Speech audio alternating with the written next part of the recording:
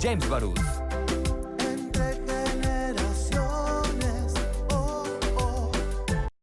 Muy buenos días, con el gusto de saludarles. Este es tu programa Entre Generaciones, el único a nivel nacional con una perspectiva generacional, en donde debatimos distintos temas de interés a nivel nacional, internacional, estatal y municipal.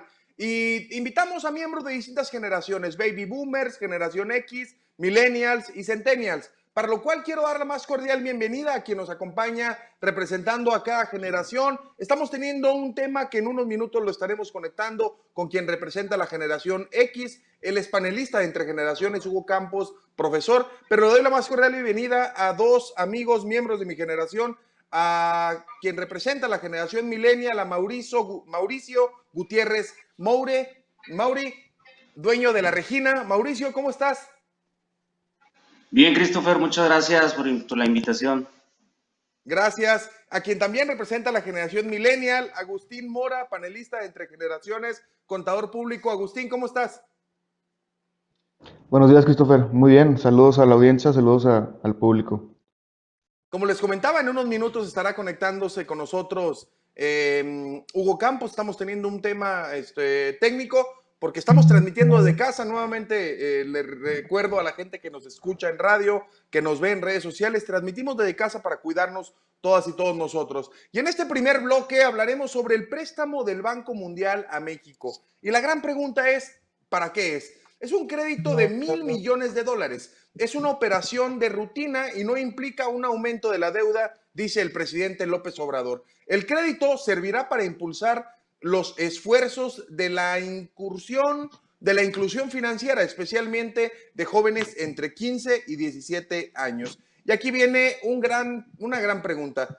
¿Por qué no utilizarlo, ese crédito, para rescatar la economía por el COVID? ¿Y por qué utilizarlo en becas para jóvenes de 15 a 17 años? ¿Esto realmente no será un incremento de la deuda? Agustín.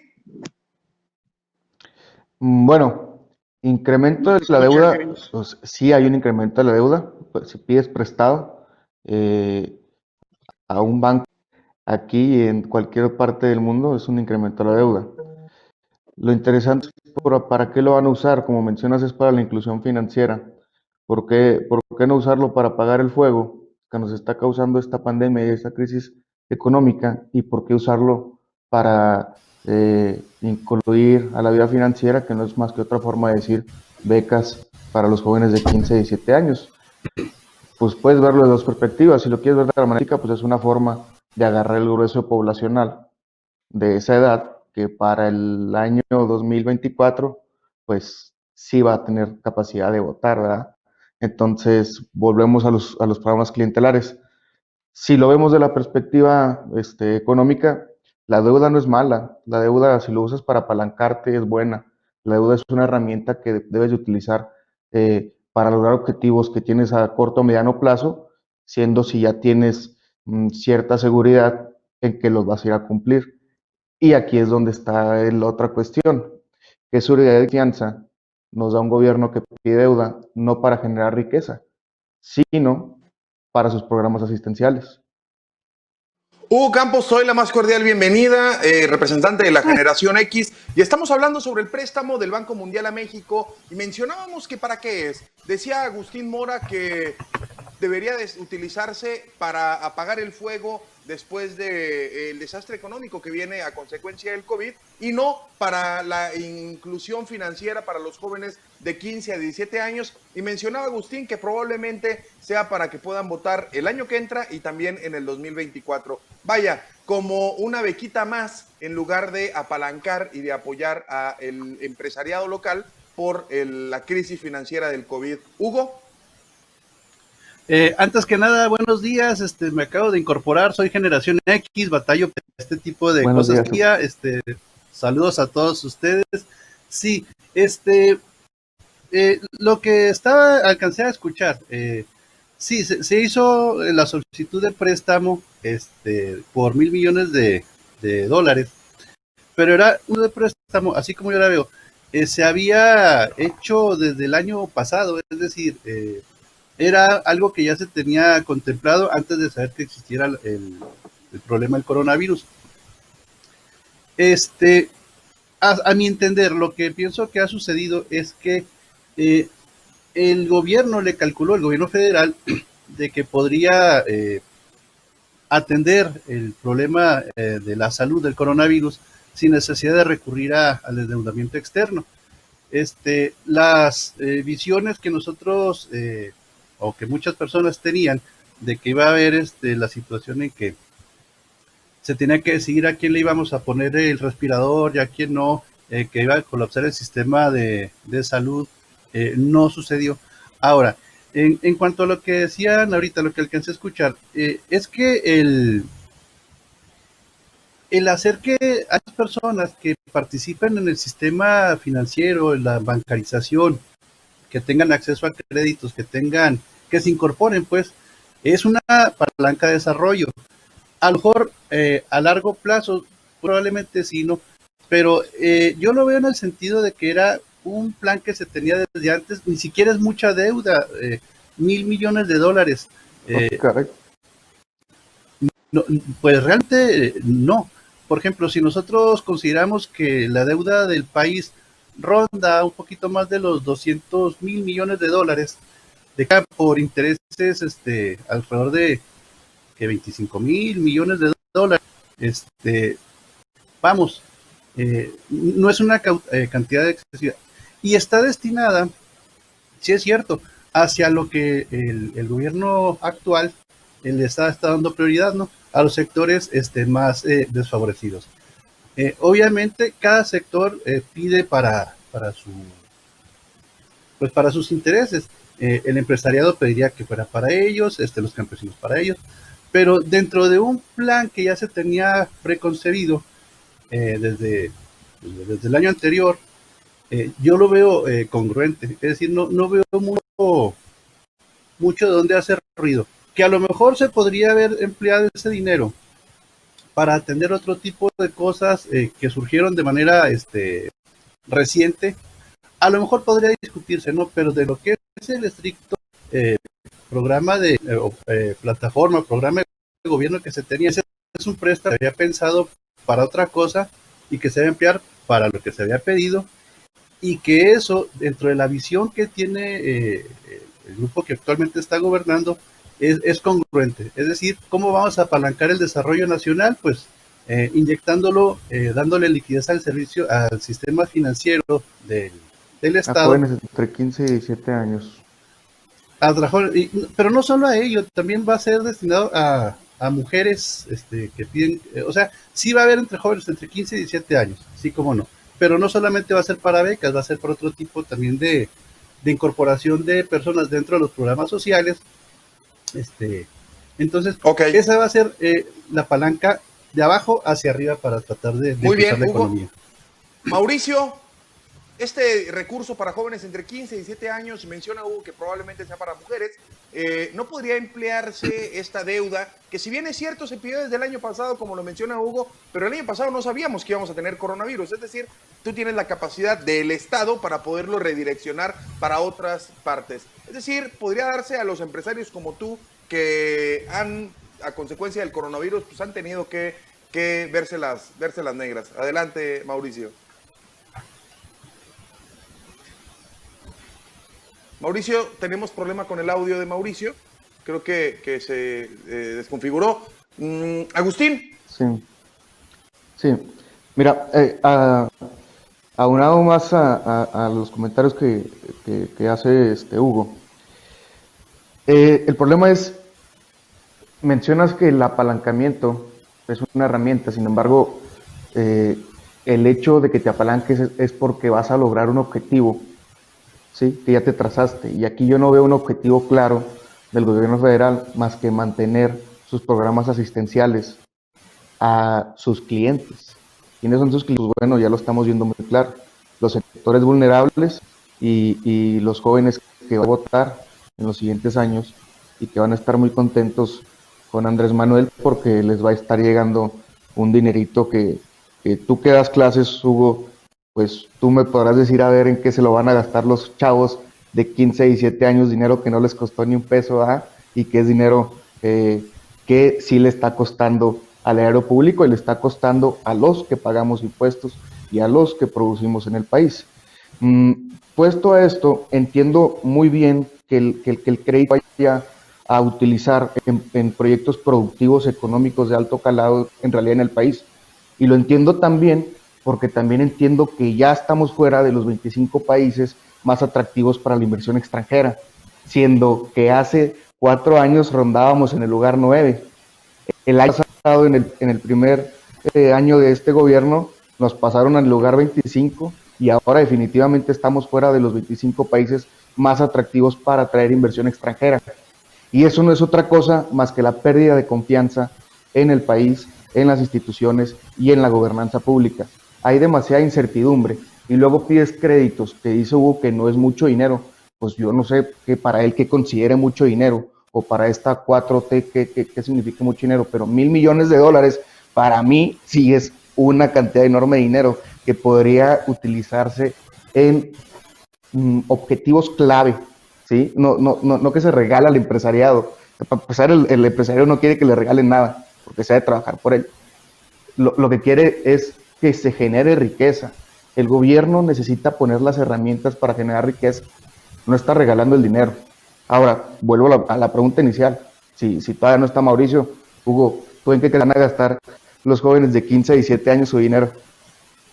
Vamos a corte, Hugo, regresamos contigo para responder a esta pregunta, Hugo, y también entrarle a la propuesta de Morena para la desaparición de los órganos autónomos. Entre generaciones, vamos a corte, continuamos.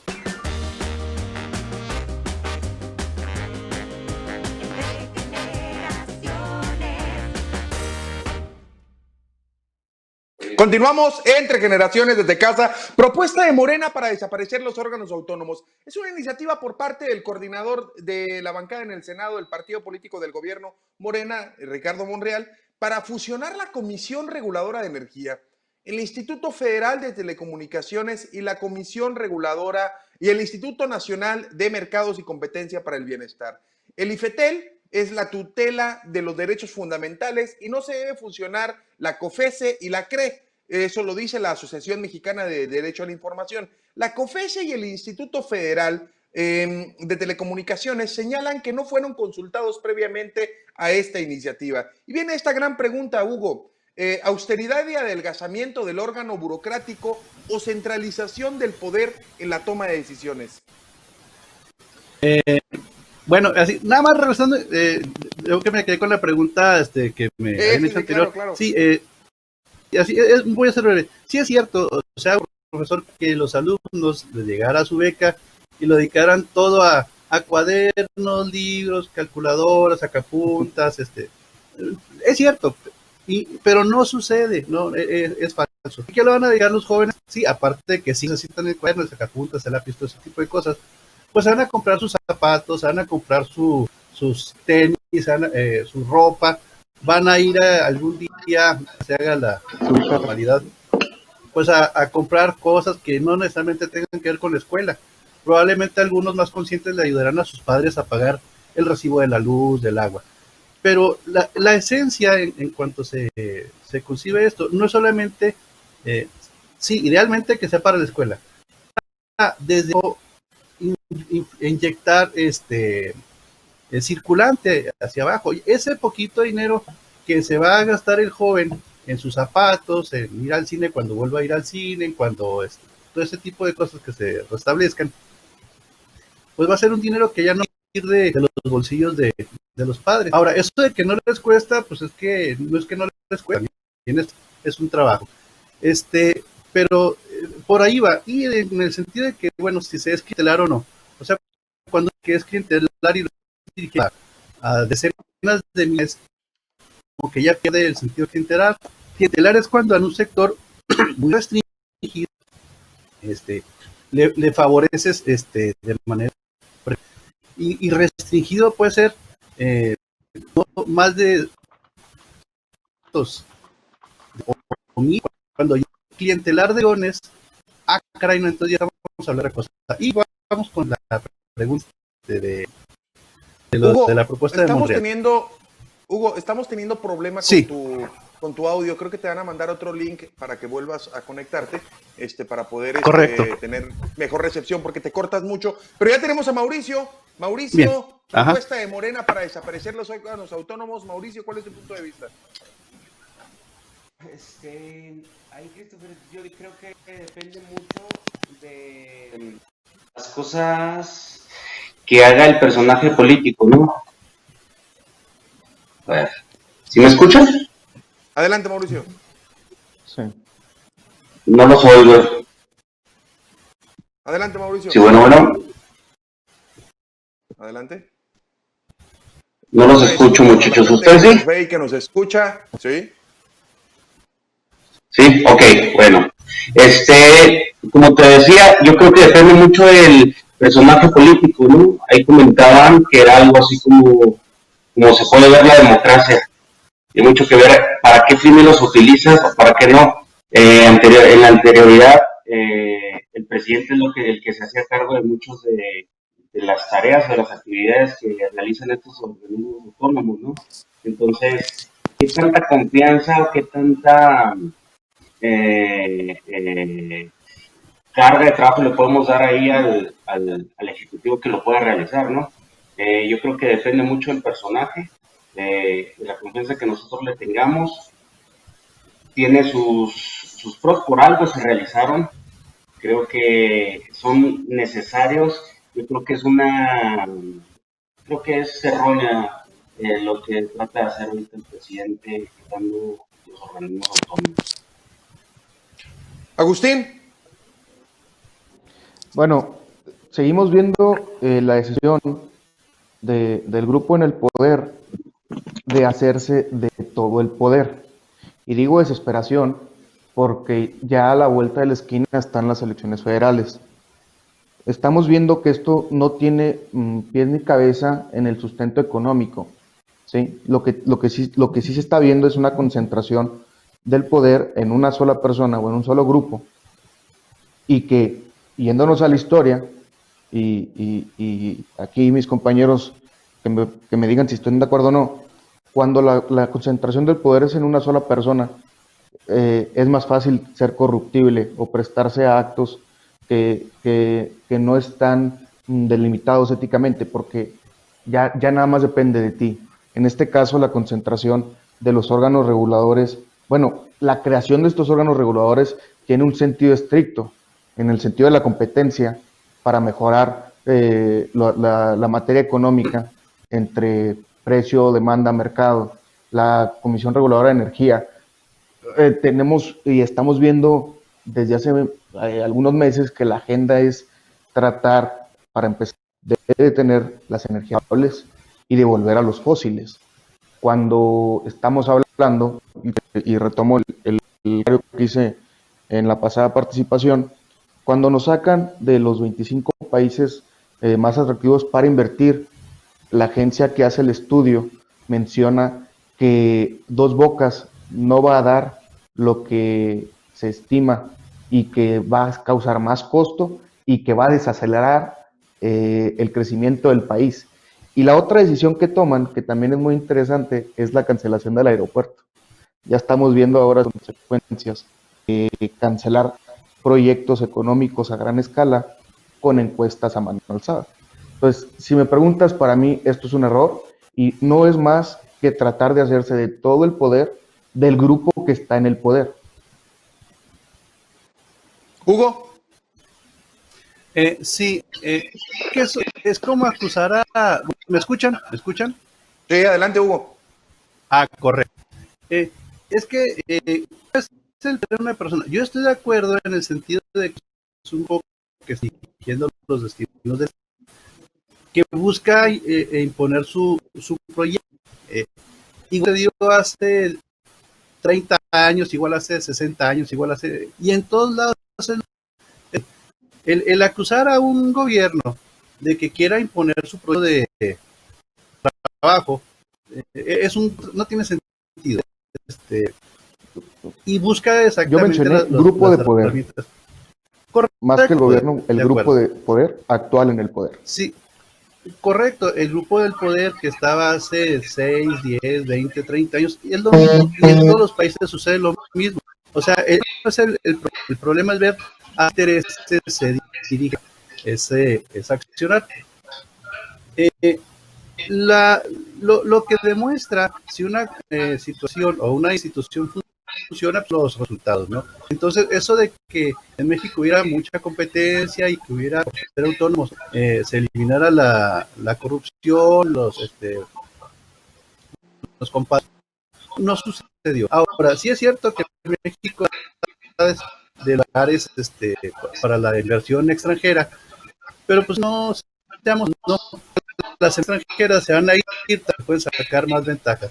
Si aquí se les va a obligar a pagar los impuestos que antes no pagaban, caray, pues deja de ser atractivo. Si aquí ya no va a poder depredar como lo hacían antes, no, pues ya deja de ser atractivo. No. El motivo es los problemas de gobernanza pública y la falta no. de coherencia en las políticas públicas. Sí. Ahí está el artículo, salió falta. El día de hoy.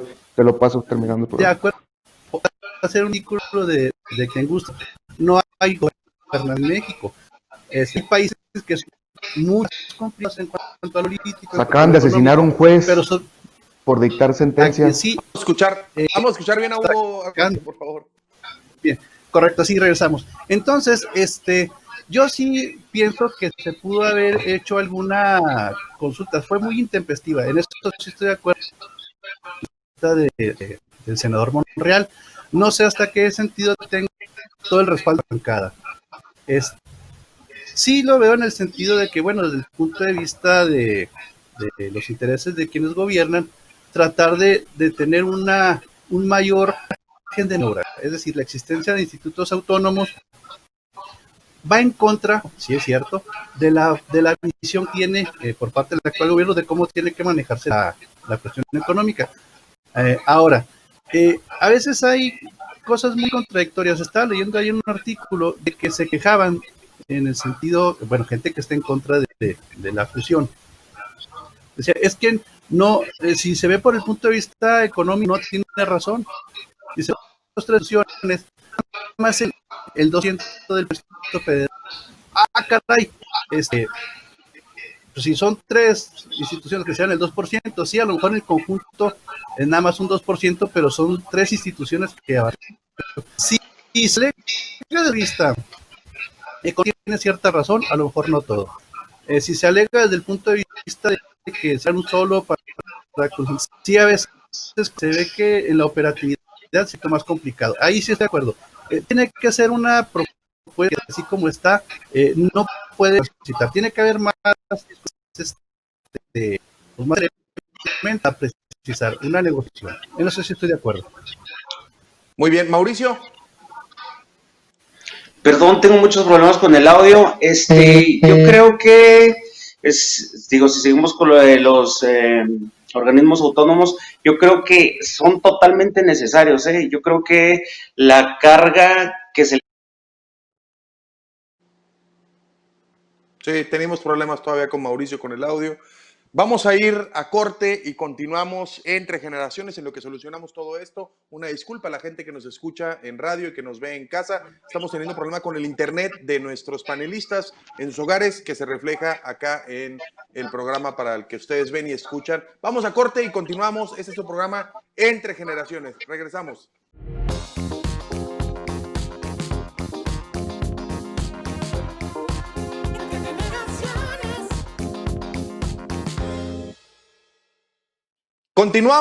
Continuamos entre generaciones. Muchas gracias por la paciencia y por esperarnos. Quiero decirles que estamos transmitiendo desde casa para darle el mejor de los esfuerzos y tener un gran programa cuidando de nuestra salud y la salud de los que queremos, y por eso le recomendamos nuevamente que nos quedemos en casa. Y en este tercer y último bloque hablemos sobre un tema local, sobre el tema aquí en la ciudad de Chihuahua, la manifestación de los bares y restauranteros de Chihuahua que se dio la semana pasada. Los negocios duraron más de 3 meses cerrados. Restaurantes y bares con apertura del 50% a partir del pasado lunes 15 de junio. Viene una gran pregunta. ¿Cómo han subsistido estos negocios durante estos meses sin ventas? ¿Han recibido algún tipo de apoyo por parte del gobierno? Y los primeros días abiertos, vamos a 3 días de abiertos, ¿cómo se ve el panorama tanto económico como el de salud en sus restaurantes y en sus bares y el de los que conocemos? Mauricio, tú eres dueño del bar La Regina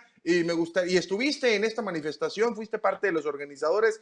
¿Cómo van? ¿Cómo los trataron? Y sobre todo, apenas 2 días del lunes que comenzaron a abrir, ¿cómo se han sentido y cómo lo has visto por allá?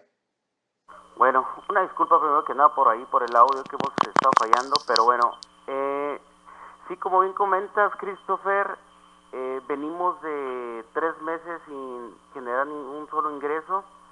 La verdad ha sido muy difícil para nosotros como dueños y tanto para nuestros empleados, ¿no? Imagínate si uno se encuentra en una situación tan difícil, ¿cómo estarán ellos? Nosotros pudimos apoyarlos hasta a donde se nos pudo dar la oportunidad, pero ya no podíamos aguantar más. Es por eso que decidimos hacer organizar este meeting, este plantón en donde se le pedía al gobierno, ¿no?, que se concientizara y se sensibilizara ante el problema por el cual estábamos pasando. Hay muchas familias que dependen de ellos.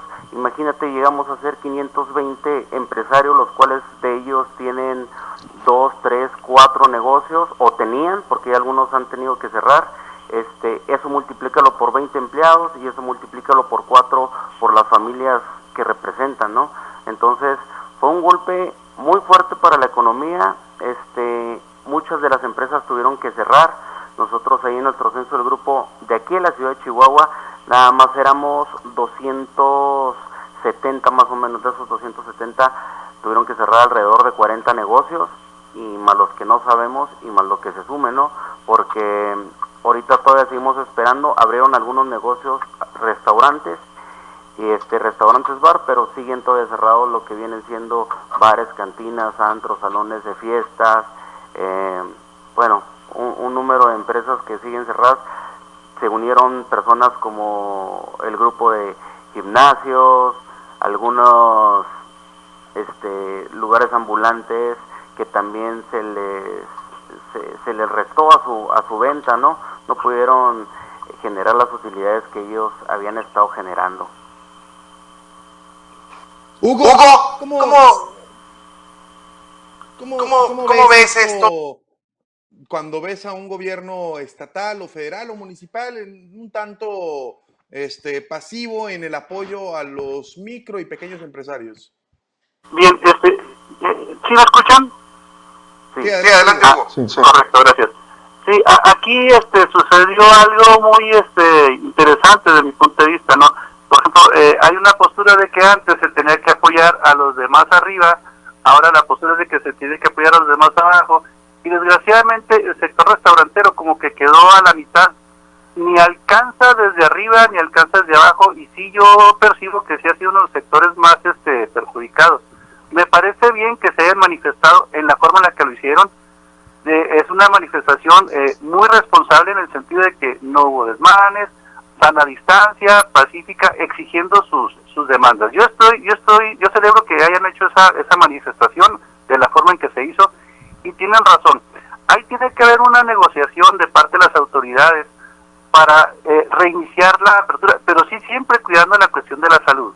Es decir, no sé, bien a bien, aquí está alguien que pueda hacer unas explicaciones, en el sentido de que, bueno, si se está planteando poner micas entre mesa y mesa, ofrecerle a los comensales no cubrebocas, pero a lo mejor una, una mica para que pueda estar comiendo, o sea, es decir, sí debe abrirse, cómo no, y hasta para la salud de la sociedad es importante tener ya ese tipo de espacios.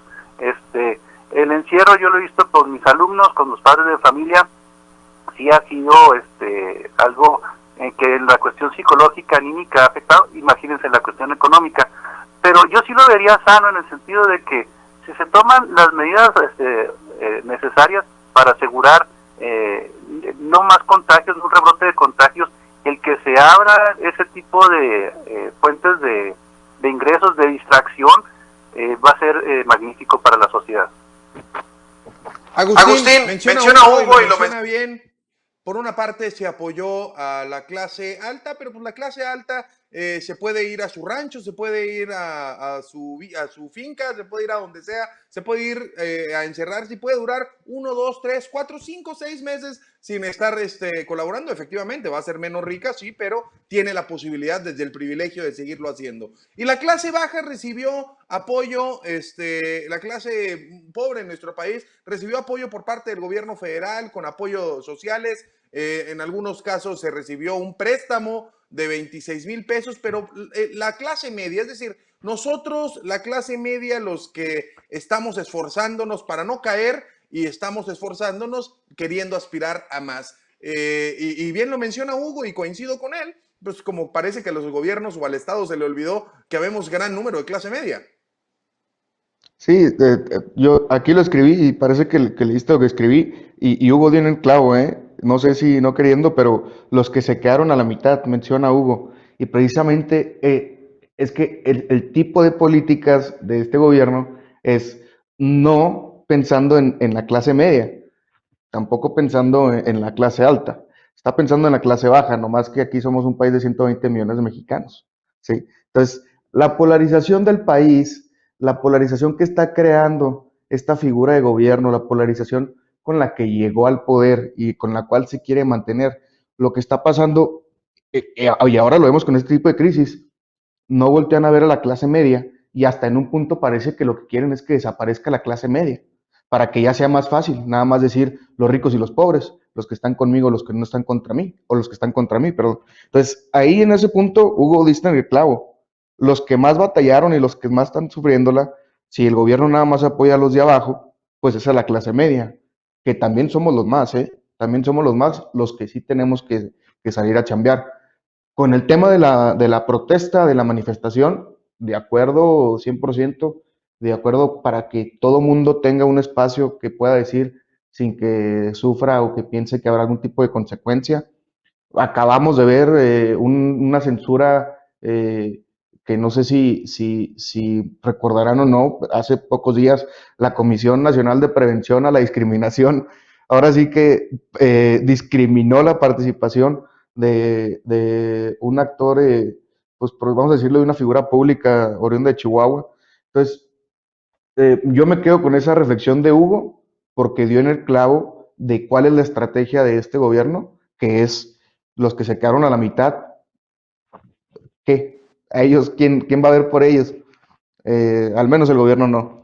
Y entiendo lo de las medidas sanitizantes, digo, yo ya espero el día que llegar a sentarme a una mesa y que me traigan una carta y poder pasar un tiempo ahí con amistades y demás. Eh, la recreación mentalmente es necesaria, pero yo me quedo con ese extracto que mencionó Hugo y los que se quedaron a la mitad, porque esa va a ser la novela de este gobierno, ya lo verán. Hugo, los que nos quedamos a la mitad, es decir, esos que estamos queriendo no bajar, porque con esta crisis vamos a bajar. Y retomo un poquito de lo que no mencionaste en la intervención pasada por problemas técnicos, pero ¿no crees, Hugo, que estos $1,000 millones de deuda sería importante poder replantearlo, no para la inclusión financiera de los chavos de 15, 17 años nada más, sino una mitad y una mitad para los micro y pequeños empresarios? Vimos cómo el Instituto Mexicano del Seguro Social dio un préstamo, ni siquiera un apoyo, de 26,000 pesos que comenzarían a pagar hasta 28,000 pesos en pagos chiquititos y en abonos pequeñitos. Y vemos también cómo el gobierno municipal, sin importarle suspender las megaobras, es decir, vemos cómo por un lado le dicen al gobierno federal que suspendan las megaobras y las pequeñas obras de 100 millones de pesos, como el puente que hicieron ahí en Arboledas y Periférico de la Juventud, que si bien es cierto, claro que es necesario, pero no era momento para suspenderlo y poder apoyar, como lo hizo Fidiapech, gobierno del estado, con 100 millones a poco más de 4,000 empresarios, hasta con 40,000 pesos. Es decir, yo creo que se habla de prioridades, Hugo, y en este tipo de prioridades hemos visto una insensatez por los 3 niveles de gobierno, y si pudiéramos evaluarlo, pues todavía falta mucho por hacer, porque bien lo decía Mauricio, pues no sabemos quién subsista y los del medio en qué, Hugo. Ajá, sí, qué bueno que vamos a regresar a lo del préstamo. Es que cuando se hace un convenio o se solicita un préstamo ante una organización internacional, en este caso el Banco Mundial, no es préstame dinero para ver qué hago. Es decir, existe un documento en el que se dice, yo te pido tal cantidad, te voy a pagar tanto, y lo voy a usar en esto y esto otro. Es decir, si el gobierno federal o el gobierno del estado, cualquier gobierno que suscribe una deuda con un instituto de ese tipo, pide para algo y no lo emplea para lo que esté en el convenio, es un problema mayúsculo. Es decir, no es así de que ya tengo tanto dinero, entonces ya puedo hacer, me salió esta cosa y la hago. O sea, existe Hugo, sí, perdón. una pregunta, ¿y no pudiera ser que le dijera al BID, oye, porque el BID le está prestando a todos los países del mundo, es decir, decirle, oye BID, ya me prestaste para esto, pero ¿sabes qué? Pues préstame mejor, cancela ese y empezamos otro procedimiento como ya lo están haciendo otros países y decirle, dame 1,000 millones de pesos para apoyar a la reactivación económica. Es decir, yo creo que es cuestión de prioridades, no de formas, lo cual se puede modificar. Perfecto, sí, estoy de acuerdo. Pero sí es cierto lo que dicen ustedes. O sea, la visión de este gobierno es diferente. Ahora, igual, respecto a lo que se comentaba de la clase que se queda en medio. A veces pensamos que el país está dividido en tercios. El tercio de la población es rica, el otro tercio de la población es media y la otra tercio de la población es pobre. Pues no, es una pirámide, ¿no? O sea, cuando decimos el tercio de la población pobre, pues no son 40 millones, son 60 millones. Cuando decimos la clase alta, pues no son 30 millones. Es decir, es una proporción. Igual, cuando fue la crisis anterior, la de la influenza, yo tengo un tío que vive en Baja California, en La Paz, Baja California Sur. Entonces, igual se endeudó el país, creo que pidió algo así como 20 mil millones de dólares, no estoy muy seguro del dato, ¿no? Pero igual se hizo llegar a los demás arriba y tampoco a los del medio les llegó. Es decir, la clase media, la pequeña propietaria, los pequeños empresarios, están en esa capa de que ni el de arriba los ve y desde abajo no les alcanza a llegar. La visión que ha estado utilizando el gobierno, que a mi ver es lo que los mueve, es de que en la proporción que las personas, los consumidores tengan recursos, van a poder ir a consumir a las pequeñas y medianas empresas. Esa es mi visión de lo que el gobierno busca. Sí, se pudo haber pedido, pero igual, o sea, el gobierno la actual tiene una visión de no endeudarse. Se dice, bueno, entonces, ¿para qué se piden 1,000 millones de pesos y 1,000 millones de dólares si nos iba a endeudar? Claro, dijo que no se iba a endeudar, ¿eh? Sí, en términos reales. Esa era su bandera. En términos reales, es decir, cada año se tiene que pagar una parte de la deuda y se pagan intereses. Entonces, si yo debo 100 pesos, para dejarlo más bajo, 100 pesos, tengo que pagar 10. De esos 10, 5 se van a capital y 5 se van a intereses, por decirte algo, ¿no? Entonces mi deuda bajó en 95. Bueno, si yo pido una deuda por 5 más, en términos reales no aumentó la deuda, aumentó a lo mejor el plazo. Y hay que ver para qué se pide ese dinero. Es decir, y además la otra postura, ¿no? De que gobierno endeúdate. Bueno, sí me voy a endeudar. ¿Por qué andas endeudando? Es que no lo pediste para lo que yo quise. Hay un discurso que yo entiendo, es político. Todo es político, así es. Sí, el sector del pequeño empresariado, a lo mejor se pensó bien o mal de que por tener más recursos que la clase más baja podía salir adelante y se está viendo que está batallando mucho. O sea, eso es innegable, no se puede defender eso, ¿no? Pero de ahí también decir de que es que los que están abajo de la clase media no trabajan, no cumplen, nomás están abriendo la boca para que les regalen. Yo creo que no es así tampoco, ¿no? Muy bien, Hugo. Mauricio, lo dice Hugo y me encanta cómo lo dice Hugo porque como profesor nos da una manera muy didáctica de decir, dice, pues el gobierno de Calderón le dio a los de arriba y no pasó nada con la influenza. Y ahora el gobierno de Andrés Manuel le da a los de abajo y vean cómo estamos. Entonces, nuevamente retomando las palabras de Hugo, ¿y los de en medio qué? Es decir, tú eres un pequeño empresario, Mauricio, que lo que está haciendo es generar empleo y en esta pandemia, ahora sí que no hay quien vea por ti y no hay quien vea por nosotros con los micro y pequeños empresarios. Mauricio.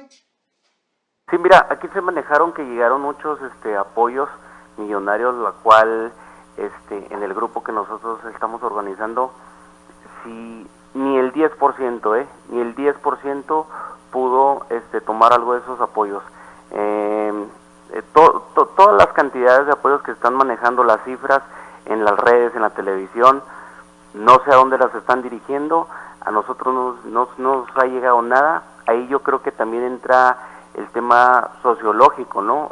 Como comentaba Hugo, es darle a la gente abajo para que pueda consumir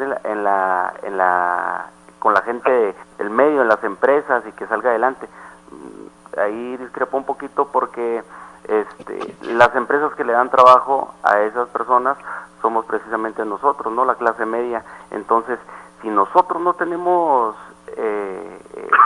abiertos nuestros lugares, los apoyos que necesitamos y las ayudas de gobierno, tanto como en permisos, en papeleo, entonces no vamos a poder regresar.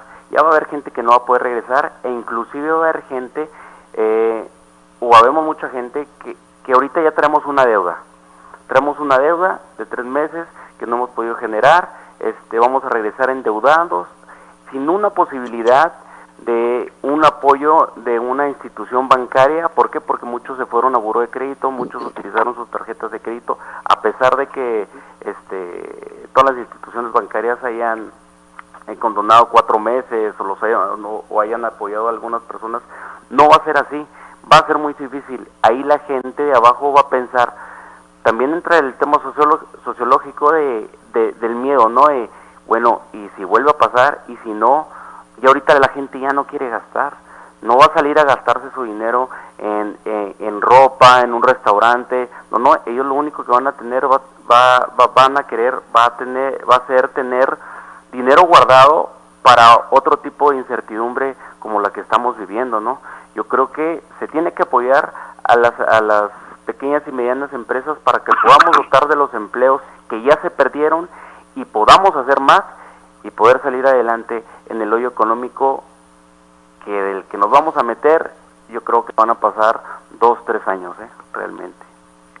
Vamos a la última ronda de participación para finalizar este gran programa Entre Generaciones. Agustín, 1 minuto cada uno, por favor. Agustín. Sí, mira, es que aquí la realidad va a superar el discurso, y lo estamos viendo, por ejemplo, con Mauricio, que lo vive día a día. Aquí te estás dando cuenta de la realidad, y que el discurso del grupo del poder no es más que eso, palabrerías, sin un trasfondo. Entonces, yo que veo aquí, si seguimos con ese discurso de dividir a las personas, porque parece que se empeñan en dividir a las personas, de los buenos y los malos, de los que tienen y de los que no tienen, y de los que es que antes se apoyaba a los de arriba, ahora voy a apoyar a los de abajo, vuelvo a lo mismo, y los de en medio qué, o de los que no tienen un partido incluso.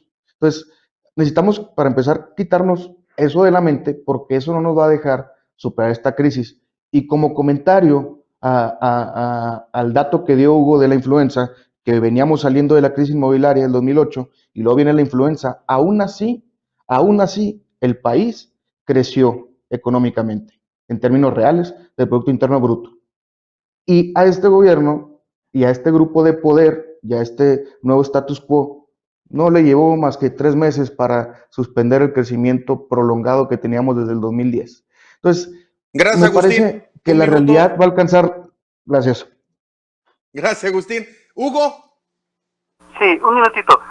Sí, pues lo que se tiene que hacer respecto a lo que es el tema, ¿no?, de la reapertura, ver las condiciones en las que se vuelvan a abrir ese tipo de negocios. Va a ser sano para la población tener distractores. Estar nada más metidos en la casa es bastante pesado. Y sí, yo disculpo un poquito ahí de lo que dijo Mauricio. O sea, la gente de escasos recursos no tiene mucho donde ahorrar. Si le está llegando su beca, su pensión, lo que tú gustes, lo va a gastar. Ahora igual, si la intención del gobierno federal es de que ese recurso se mueva en la economía local y que apalanque, tienen que abrirse dónde se va a gastar ese dinero. Es decir, tiene que haber una reapertura gradual, pero ya inmediata, con las mayores garantías de salud posible, para que esos recursos que la gente está teniendo, que sí los están teniendo la gente de que tradicionalmente tiene de menos, para empezar a ir a consumir esos lugares. Si no, se va a quedar trunco. Hugo, un minuto terminó. Muchas gracias. Mauricio, un minuto para finalizar. Bueno, aquí en el grupo de empresarios que logramos formar, hay personas que tuvieron 5 empresas empezando este año y se van a quedar con una. Imagínense el impacto económico que va a generar eso. No hay apoyos, no vamos a salir del hoyo en muchos años. Para poder regresar a la normalidad se van a necesitar miles y miles de millones de pesos o de dólares. Como comentabas ahorita, Baruch, yo creo que el gobierno debe de pensar una estrategia que en realidad el gobierno no sabía qué estrategia utilizar. Nosotros nos dimos cuenta que tanto el gobierno como cualquier persona, cualquier ciudadano, no sabía cómo manejar la situación. No había información.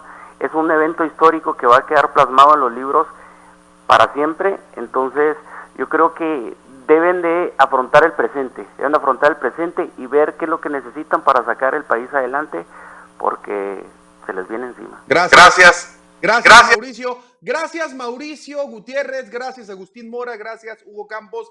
Es un gusto poder platicar con ustedes. Este es tu programa Entre Generaciones. Y yo solo le quiero dejar una última reflexión antes de vernos hasta el próximo lunes. Abonémosle a un nuevo nosotros y generemos un nuevo paradigma de la colectividad. Dejemos de estarnos peleando en redes sociales entre nosotras, entre nosotros, y generemos un nuevo pensamiento colectivo en el cual nos podamos ayudar todas y todos. Efectivamente, es un hito histórico que va a quedar plasmado en los libros de historia, pero ¿cómo va a ser la historia en la cual va a ser escrita, evaluada los gobiernos federal, estatal y municipal? Eso depende de cada uno de ellos y de nosotros como sociedad, cómo lo exijamos. Este es tu programa Entre Generaciones. Mi nombre es Christopher James Baruch y no se les olvide que a esta vida venimos a ser amigos, a hacer historia y sobre todo a ser felices. Hasta el próximo lunes.